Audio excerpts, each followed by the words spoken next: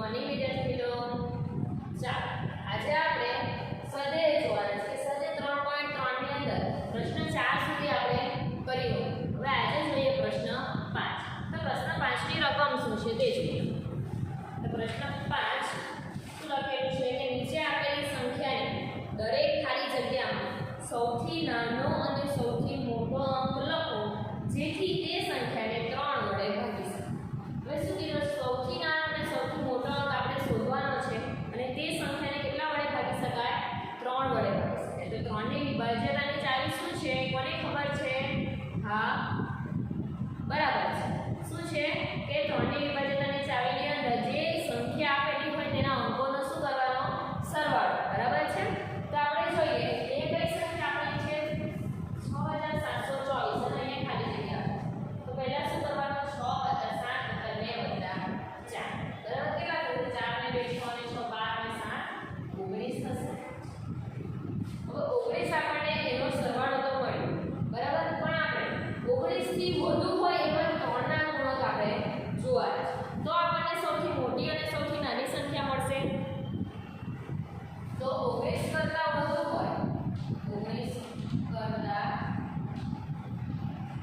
વધુ હોય તેવા 3 ના ગુણક કયા થશે? 19 કરતા વધારે હોય તો જો 3 × 5 3 6 તો 18. પછી 18 એટલે 19 કરતા નાની છે. આપણે 19 કરતા વધારે હોય એવી જોવાની છે. તો 3 × 7 21 3 × 8 24 3 × 9 27 3 × 30. હજુ પણ આગળ આપણે લઈ શકીએ. બરાબર છે. હવે જોઈએ જે પહેલો ગુણક છે 19 કરતા વધારે તેને જોઈએ. તો 21 - 19 કરવાનો. બરાબર, જે ગુણક આવ્યો તેના ઓછા જે આપણો સરવાળો મળ્યો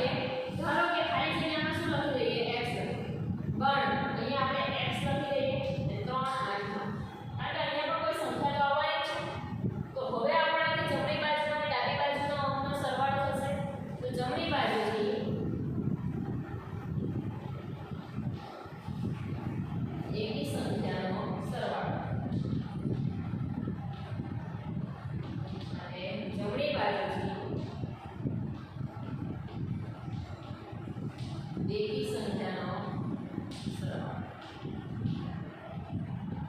ચાલો જમણી બાજુ એટલે આ બાજુ, બરાબર? આ ડાબી બાજુ થઈ, આ જમણી બાજુ. જમણી બાજુથી એકી સંખ્યાનો સરવાળો. એકી સંખ્યા એટલે 9.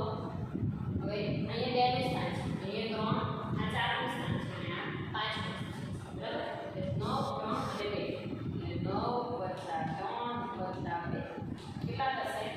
9 + 11 12 14.